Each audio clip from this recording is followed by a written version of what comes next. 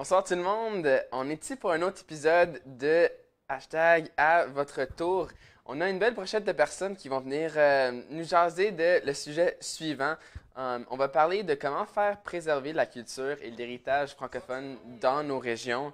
Pour tous ceux qui viennent de s'embarquer sur le Facebook Live, si vous voulez commencer à le partager, ça me ferait plaisir d'aller chercher le plus de monde possible.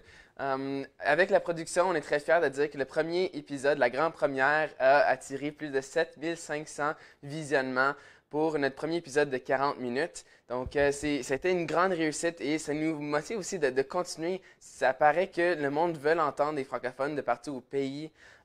Aujourd'hui, on a, espérons, trois segments. On est encore en train de chercher une dernière personne à la fin. Avec le changement de fuseau horaire, ça va être intéressant de voir si on est capable de l'attraper quand elle revient de la maison. Donc aujourd'hui, on parle en premier lieu d'un segment artistique avec Sympa César et Christine Melançon. Par la suite, on va essayer. Ben, on peut commencer à dire une belle production. Bonjour, bonjour. Hello!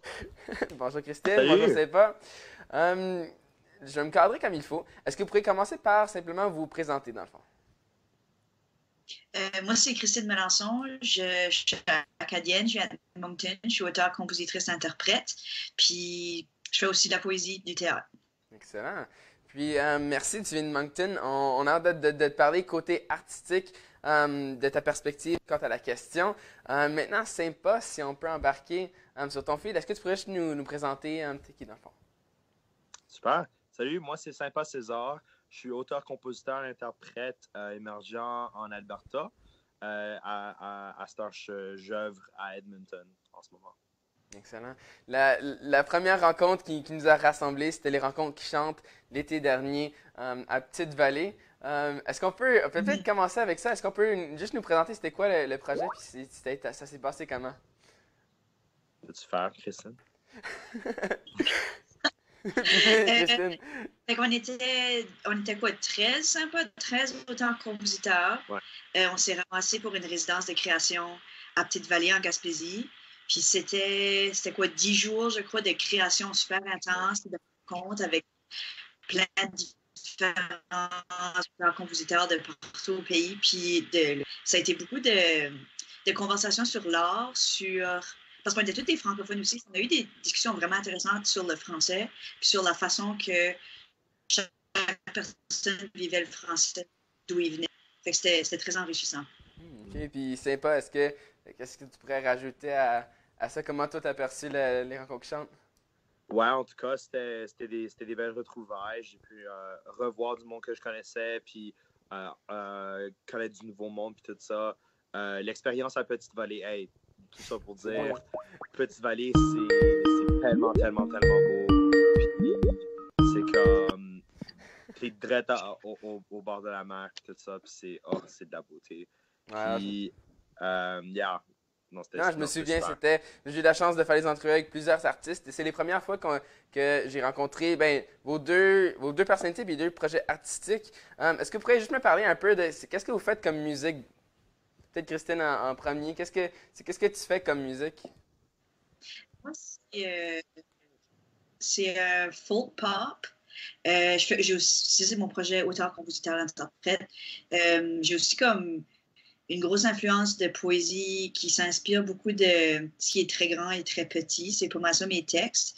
En tout cas, l'album qui va sortir, ça va pas mal traiter de ça, de choses qui sont super intimes, mais comme présentées comme si c'était intemporel, puis il y avait aucun espace. Puis là, j'ai aussi un projet de groupe qui s'appelle les Fireflies, puis on fait de la musique traditionnelle celtique. Puis c'est ça, on est un trio de filles, puis on joue du violon, puis on chante, puis c'est le fun. Alright. Puis toi, sympa, c'est un autre monde au complet. Est-ce que tu veux me présenter un peu ton univers? Ouais, absolument. Pour moi, dans mon cas, c'est comme auparavant, je faisais du folk, puis maintenant, je mise beaucoup plus dans du funk. Yeah. Ce qui est super, super cool. C'est funky, ça groove. Mais je pense que mon style commence à s'évoluer un peu dans du indie funk, ce qui OK. est super, super étrange. Je veux mélanger un peu des deux mondes, puis on va voir. Je commence déjà à faire ça avec quelques-uns de mes chansons, puis j'espère comme commencer à explorer les différents styles, puis tout ça, puis puis voir ce qui marche parce que, en tout cas, j'aime beaucoup de différents genres de musique. Donc, Ok. c'est beau de pouvoir explorer ça aussi. Ouais. Ben, merci à vous deux. On va plonger dans le sujet de ce soir.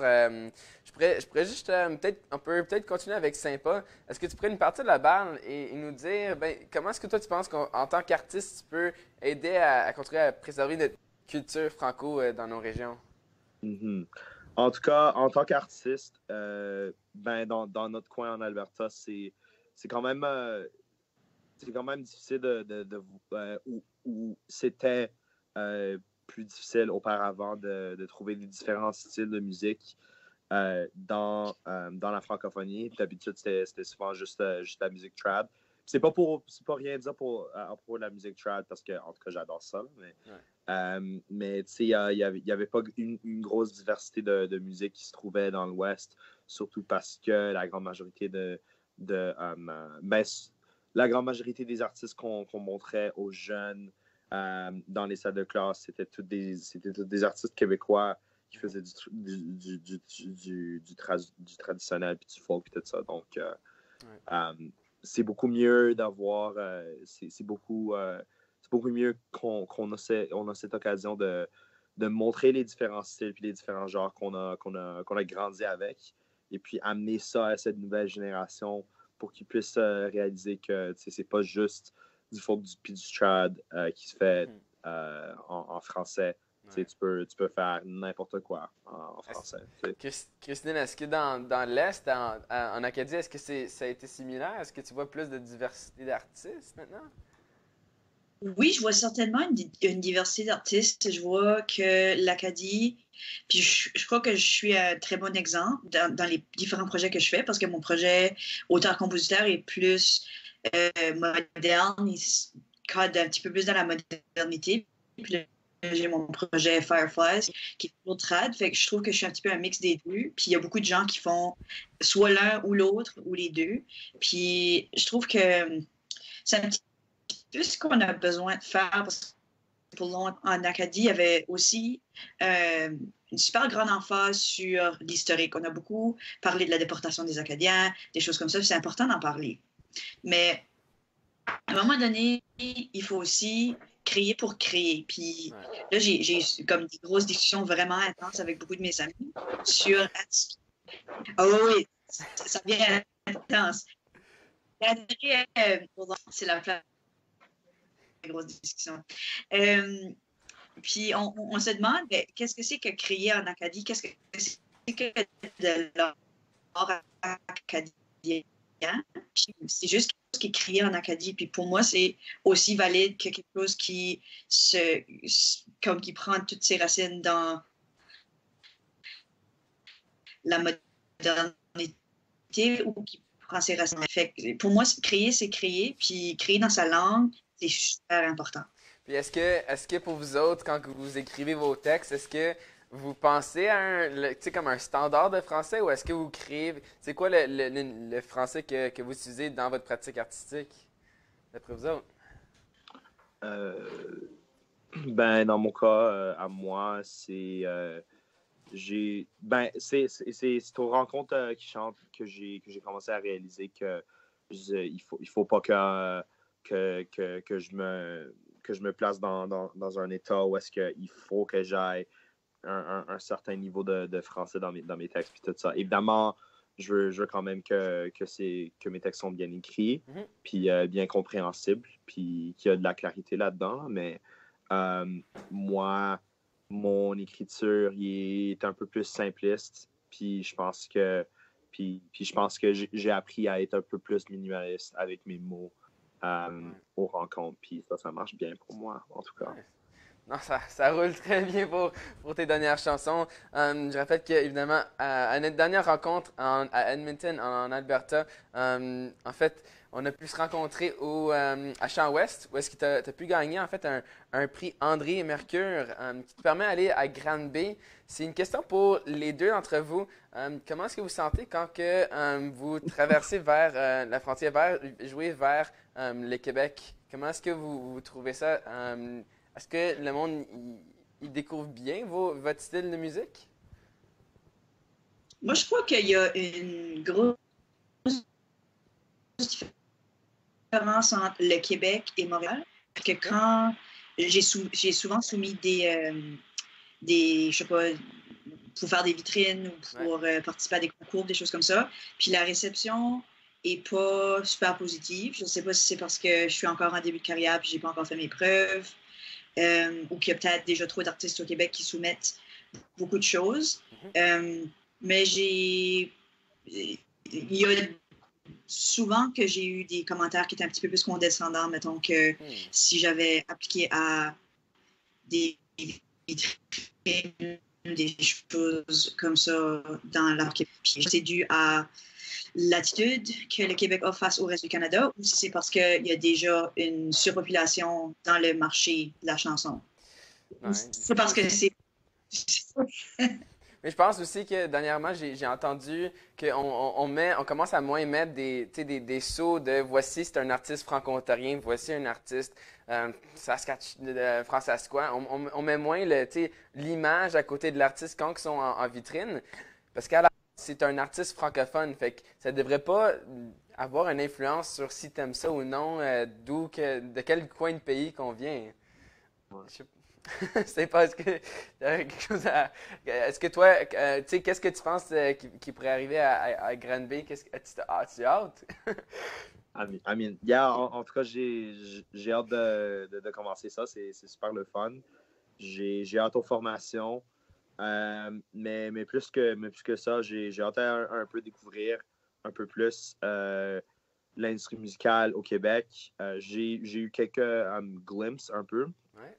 Quand j'étais plus jeune, j'avais fait Jamais trop tôt, puis ensuite j'ai fait le web series Jam, puis c'était tous les deux des expériences parce que j'ai pu un peu voir à l'intérieur un peu l'industrie musicale québécoise, puis la réception était pas mal, mais en même temps, on a vécu quelques instances de discrimination envers les francophones qui venaient de l'ouest de l'ouest du Canada puis tout ça là. Puis c'était pas comme trop le fun, surtout que on disait que nos accents étaient anglophones puis tout ça, puis qu'on utilisait des expressions qui n'étaient pas à la hauteur francophone, quoi que ce soit là, puis ça c'était pas le fun. Ouais. Mais peu importe. Ça, je crois que, tu sais, quand on regarde à des playlists de Spotify, quand on voit des mélanges d'artistes, le jeune, quand il écoute sa musique, tu sais, il va découvrir peu importe le style, et c'est dans ces moments-là où est-ce qu'il va même pas se rendre compte d'où que ça vient. Donc, je pense que ça vaut la peine de donner une chance à l'artiste de partir. Oui, absolument, absolument.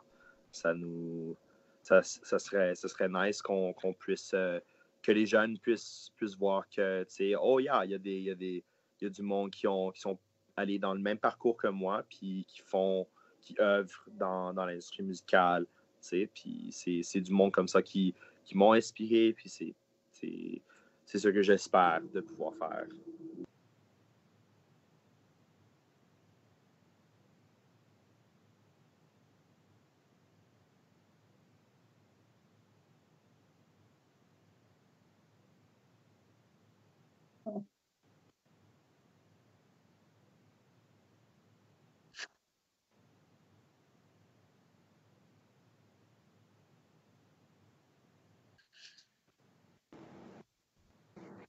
Oh, t'entends-tu? Good. C'est en train de rigoler, Christine.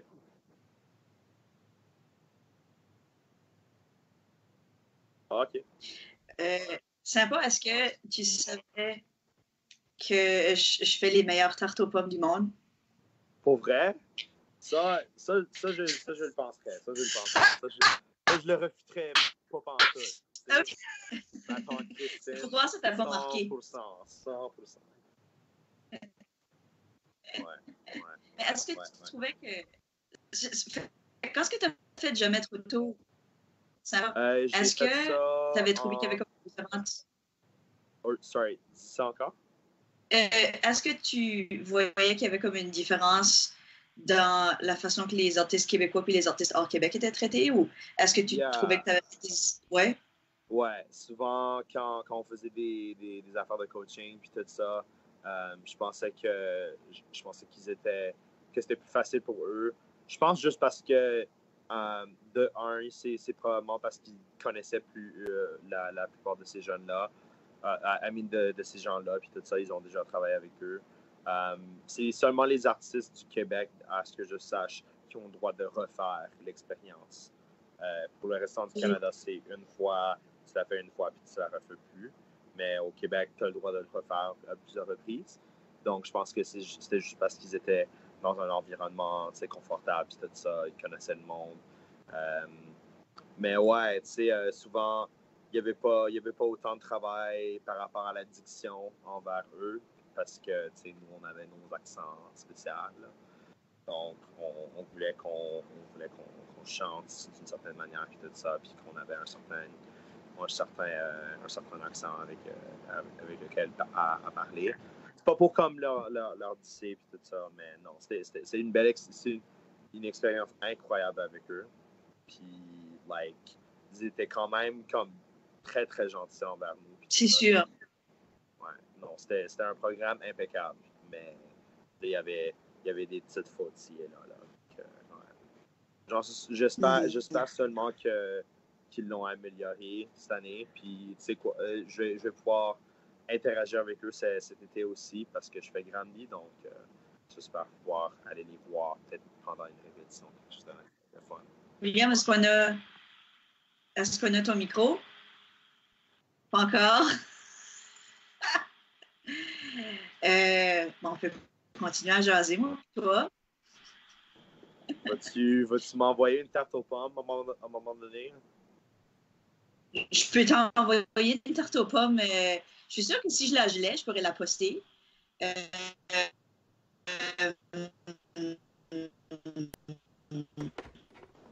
tellement cool. Penses-tu? Est-ce que ça se poste? Je pense que oui. Je pense que ça se fait. Je sais pas. Il faudrait qu'on check ça. Mais à ce temps, je pense que c'est possible. Ça serait nice. Ça serait cool. Allons-y. Oh, yes! François nous a fait ça. Bon, premier bon, solide problème technique de toute l'émission. Ben, merci d'avoir co-animé 2 minutes le segment. Je pense que, François, est-ce qu'on serait prêt pour un prochain segment? Je pense que ça serait le temps pour tout le monde qui ont resté. Il y a 13 personnes qui ont resté à travers ce beau moment de partage de tartes. Merci, Christine. Merci, sympa d'avoir été là. Puis, on vous souhaite une bonne continuation pour la musique que vous faites dans vos régions. Puis, on espère que ça se promène dans les prochains mois. Là. Si vous voulez, on va juste... là, on a des sons d'applaudissements. On va clôturer là-dessus. Merci beaucoup à vous deux. All right. Donc, dans le fond, maintenant, on a notre prochain segment. C'est un segment historique. Moi, je veux parler de l'histoire francophone. Je veux, en fait, donner parole à quelqu'un qui a nettement plus d'expérience dans le domaine, à parler du français, de parler de notre historique francophone. J'ai ici aujourd'hui Félix Saint-Denis. Pareil. Merci, Félix, d'être là ce soir. On va m'assurer qu'on t'entend bien. Est-ce qu'on est correct? OK. Est-ce que tu peux te reprendre? Bonsoir. Oui, ça marche. Est-ce que vous m'entendez bien? Oui, excellent. On peut partir le bal. Félix, d'abord, j'aimerais te féliciter pour le prix que tu viens de remporter en tant que pasteur culturel. Est-ce que tu pourrais te présenter d'abord avant tout, puis on va partir le bal par la suite. Bien, parfait. Bien, merci, William. Moi, je suis Félix Saint-Denis. Je viens d'un petit village qui s'appelle Chute-à-Blondeau. C'est proche de Hawkesbury. C'est dans l'est de l'Ontario. Moi, mon identité, ma francophonie ontarienne, je l'ai découvert quand j'avais 15 ans. Puis j'ai participé à une activité de la FESFO la Fédération de la jeunesse franco-ontarienne. C'est là que j'ai vraiment, la première fois que j'ai eu vraiment un grand sentiment d'appartenance, même si mes parents, mon père était impliqué, il était président de l'ACFO provincial, mais c'est à travers les activités de la FESFO que j'ai rencontré des gens du nord de l'Ontario, du sud de l'Ontario, des jeunes de mon âge. Ça donne vraiment donné un sens d'appartenance. Puis après ça, en allant à l'université, j'ai commencé à faire de l'animation, à être sur l'équipe d'animation de la FESFO. Puis j'ai travaillé là, dans le fond, pendant 15 ans. J'ai adoré ça. J'ai eu la chance de créer plein d'activités, des forums d'échange, plein de camps de leadership. C'est important que les jeunes se rencontrent, qu'ils célèbrent qui ils sont, leur culture, qu'ils ne se sentent pas tout seuls dans leur coin. Donc, on faisait toutes sortes de programmes. On a eu la chance même de manifester pour gagner nos collèges de langue française. Puis j'ai eu la chance de créer les Jeux franco-ontariens. C'était vraiment ça fun, ça, William, quand on a créé ça, parce que ça fait déjà 26, 27 ans de ça, en 94. C'était déjà que c'était différent parce que c'était pas seulement du sport, mais c'était également des arts, de la culture, du leadership et du sport, tout ça ensemble. Donc, des sportifs, des athlètes, évidemment, des artistes, des leaders. C'était cette grande rencontre-là. L'autre chose aussi qui était différente, c'est que c'était pas école contre école ou région contre région. Ouais. Donc, ça aussi, c'était innovateur. Puis ensuite de ça, j'ai eu la chance, on est venu me chercher pour aider à créer un immense spectacle pour célébrer l'histoire des francophones en Amérique par l'Ontario. Puis ça, évidemment, c'est l'Écho d'un peuple. L'Écho d'un peuple, ça célèbre justement 400 ans d'histoire. C'est un spectacle gigantesque qu'on a commencé dans la région de Castlemaine, dans l'est de l'Ontario. Puis on a joué pendant 5 étés. Puis je sais qu'il y a des spectacles comme ça qui sont similaires un peu partout au Canada. Au Québec, les gens nous ont aidés là, de la fabuleuse histoire d'un royaume au Saguenay, les légendes fantastiques à Drummondville. Il y a eu des spectacles similaires aussi en Acadie, je le sais. Puis ces spectacles-là, c'est quand même grandiose. C'est du spectacle à grand déploiement. Donc, on a eu au-dessus de 100 000 spectateurs sur un site extérieur. Puis on a continué par la suite à se promener en tournée un petit peu partout en Ontario. Fait que c'est vraiment le fun. On a eu la chance d'aller chercher beaucoup de monde, de mettre en scène notre histoire de façon... c'est comme regarder... quand tu regardes l'Écho d'un peuple, c'est comme regarder un film, mais tu le vois live, dans le fond, sur scène. Des immenses, de 200 à 300 comédiens. Tu avais des effets spéciaux, un phare qui brûle, un phare qui tourne, un phare qui explose, des maisons flottantes, l'arrivée d'un train, le navire de Champlain. Donc, c'était vraiment grandiose. 2700 costumes. Avec l'Écho d'un peuple, par la suite, on continue à faire des tournées un petit peu partout en Ontario. On a même fait l'histoire des francophones au Nunavut. On est allé faire un spectacle spécial là-bas. On a fait des prestations à Québec, au Fête de la Nouvelle-France, fait plein de choses. Fait qu'on est rendu finalement, on a dépassé cet été 350 000 spectateurs. Félicitations. Non, c'est vraiment cool, on est vraiment contents. Mais ce qu'on est encore plus content, c'est qu'on est rendu au-delà de 32 000 comédiens différents qui ont joué dans une des versions de l'Écho d'un peuple. Puis ça, c'est spécial. Puis ce qui fait vraiment chaud au cœur sur ces 32 000 comédiens-là, t'en as tout près de 30 000 que ce sont des jeunes secondaires, entre autres, qui réincarnent notre histoire en ayant tellement de fun. Il y a plusieurs événements en tant que jeune que tu peux participer, que ce soit en politique, les arts visuels, le théâtre. Est-ce que tu peux nous parler un peu de qu'est-ce qui se passe dans ces quelques journées pour un jeune qui va rencontrer un autre? C'est quoi cet événement-là, cette rencontre-là? Bien, si on parle des Jeux franco-ontariens, à titre d'exemple, tu parles de 700 jeunes de partout qui viennent d'au moins 80 des 100 écoles secondaires franco-ontariennes. On est quand même nombreux, mais on est dispersés. Fait qu'on comprend les francophones de plus petites provinces des fois, ou dans le fond de plus petites communautés, de plus petites écoles. On a des très petites écoles chez nous aussi, comme on en a des assez grandes aussi. Fait que dans le fond, on a 700 jeunes secondaires qui vont, pendant 4 jours, ils vont être jumelés dans des équipes, comme je disais tantôt, parce que c'est pas école contre école ou région contre région. C'est ça qui est la magie des Jeux franco-ontariens. Tu as vraiment la chance de rencontrer des gens du nord de l'Ontario, de l'est ontarien, du sud. Sur ton équipe, si tu es 10 ou 12 personnes, tu viens de 12 écoles différentes. Fait que ça te donne vraiment la chance de tendre la perche. Tu as besoin d'apprendre à connaître l'autre, que ce soit en improvisation, par exemple, d'être à l'écoute. On a la chance aussi de profiter des fois des jeunes qui... on parle souvent d'insécurité linguistique, mais chez nous, en Ontario, d'une région à l'autre, ça va être totalement différent. Tu as des régions ici, comme dans l'est de l'Ontario, puis même dans certaines villes du nord ontarien, où tu as des fois des jeunes qui ont qui savent parler anglais, mais qui cherchent leurs mots. Moi, j'en suis un. Je ne suis pas un jeune, mais je l'ai fait à un moment donné. Mais dans le fond, on cherche des fois nos mots quand on parle en anglais parce qu'on vit tout le temps en français dans l'Est. En tout cas, en région rurale, dans Brun, Castleman, tout ça. Puis le méga spectacle, comme on voit présentement, ben, ça nous permet d'aller chercher. Ça, c'est un spectacle qu'on voit à Toronto. On avait 400 jeunes. On était au théâtre John Bassett Theatre. C'est là qu'ils font le Canadian Idol qui faisait ça à l'époque. Un gros spectacle incroyable pour raconter l'histoire des francophones à Toronto. Fait qu'on s'est promené par la suite. Puis on a fait 30 régions où on a célébré l'histoire locale, régionale. On fait toujours on personnalise des tableaux. C'est vraiment trippant pour les jeunes parce que tu as la chance de vivre, de te mettre dans les mocassins ou dans les bottes ou dans le fond, dans les costumes de tes ancêtres ou de tes prédécesseurs. Ce qui est le fun chez nous en Ontario aussi, c'est qu'on a de plus en plus de gens, de jeunes, de familles qui viennent de partout à travers le monde. On vient de voir des images du spectacle de Toronto. Ben, Toronto, c'est la ville la plus multiculturelle au monde. Fait que c'est vraiment intéressant dans le fond, autant qu'on célèbre l'histoire, c'est vraiment important pour moi de toujours faire un lien moderne. Je pense que l'écoute d'un peuple, vous êtes fort là-dedans. Moi, j'ai participé dans des ateliers, dans des performances.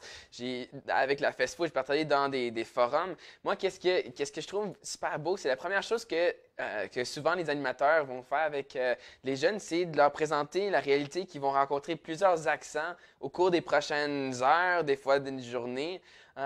Quand on parle à des jeunes et dire, ben, il y a un accent du sud de l'Ontario, un accent du nord de l'Ontario, et il n'y en a pas un qui est meilleur que l'autre. C'est difficile quand on traverse la rivière, on parle du Québec qui eux, ne voient pas nécessairement ces accents-là et qui ne reconnaissent pas que c'est pas qu'en Ontario qu'on a des différents accents, il y en a vraiment partout au Canada. Comment est-ce qu'on peut peut-être est-ce que tu as une idée de comment est-ce qu'on peut sensibiliser face à ces accents-là, à la place de dire que c'est du joual francophone, à la place de dire que c'est des expressions, c'est des réalités francophones? Ben, je pense qu'il faut célébrer ça, William. Tu sais, moi, je tripe sur des groupes comme Radio. C'est tellement cool, leurs chansons. C'est l'identité, c'est pur. Au Québec, ils ont besoin de sécurité linguistique aussi, dans ce sens que il y a des gens qui vont arriver, par exemple, avec leur accent du Saguenay ou de la Gaspésie, qui vont arriver en ville. Des fois, il faut faire attention parce que Montréal, évidemment, c'est la capitale culturelle francophone de l'Amérique. Ouais. Mais Montréal, le parler des gens à Montréal, ça ne reflète pas les multiples accents, toutes les expressions, la beauté, toutes les couleurs de notre langue. C'est tellement varié d'un océan à l'autre. Mais pas juste d'un océan à l'autre, mais d'une région à l'autre, même au Québec. Donc, moi, je pense que ce qu'il faut faire, il faut embrasser cette diversité-là, il faut encourager les accents. Justement, des gens comme Radio, c'est le fun de chanter en chiac. On a connu, nous autres, dans le nord de l'Ontario, à un moment donné, des expressions comme « moi, je viens du nord ». C'était question d'affirmation, c'est des couleurs, tout ça. Puis souvent, il y a des vieux fonds français dans notre manière qu'on parle aussi. Moi, c'est du bon français. Toi et moi, Vive le Roué, c'est de l'ancien français. C'est loin, ça. Ouais. Donc, c'est pas du joual. C'était le français qu'on parlait dans la cour royale dans le temps. Fait que, c'est ça pour dire que je pense que ce qui est important, quand je travaille avec la FESCO, la première chose qu'on disait, puis avec l'écho d'un peuple, quand tu arrives, c'est comme, c'est pas grave ton accent, c'est pas grave si tu cherches ton mot, tu n'auras peut-être pas le mot parfait, mais donne-toi la chance d'échanger, puis de chercher tes mots en français. Chez les Franco-Ontariens, plus qu'un foyer sur deux dans une maison, souvent un papa ou maman est d'une autre langue que le français. Donc, c'est souvent, ça va fonctionner en anglais, forcément, à part la langue que tu parles avec ton parent francophone. Fait que donc, ce qui fait que quand on se retrouve, que ce soit à l'école ou dans des activités, il faut se donner la chance, il faut comme encourager, dans le fond, simplement de dérouiller puis surmonter cette gêne-là. Parce qu'il n'y a rien de pire que de se faire taper dessus par rapport à son accent, de se faire reprendre constamment. Puis à un moment donné, oui, c'est important, le prof, dans un cours de français, va le faire, ton enseignant, ton enseignante va le faire. Puis ça, c'est bon, il faut l'apprendre. Mais à un moment donné, c'est d'encourager, de montrer le modèle au lieu de toujours corriger. surtout en dehors de la salle de classe. Ça nous aide avec les artistes, avec le leadership, avec les rencontres, de faire connaître la culture franco-ontarienne. Est-ce qu'on peut parler de comment on peut partager peut-être l'héritage? Là, une des choses que Denise Bombardier elle a dit, c'est qu'il y a des francophones qui parlent français, qui ne sont pas francophones parce qu'ils n'ont pas tout le bagage, tout ce qui vient autour d'être francophone. Comment est-ce qu'on peut faire connaître l'histoire francophone aux jeunes? Bien, premièrement, je dois dire que dans le documentaire, quelque chose qui m'a fâché, c'est quand on parle avec l'intervenante de Toronto, qui fait 10 ans que Toronto, elle arrive d'Algérie, et les fiers étaient là aux manifestations, à la résistance. Pour moi, c'est une franco-ontarienne comme tout le monde qui parle français en Ontario, tout le monde qui décide de parler français, et d'autant plus qui embarque dans la cause. Qu'elle se dise elle-même francophone ou franco-ontarienne, elle peut choisir le mot qu'elle veut, mais dans mon cœur, à moi, et dans notre même grande famille. Et la famille franco-ontarienne, elle est inclusive.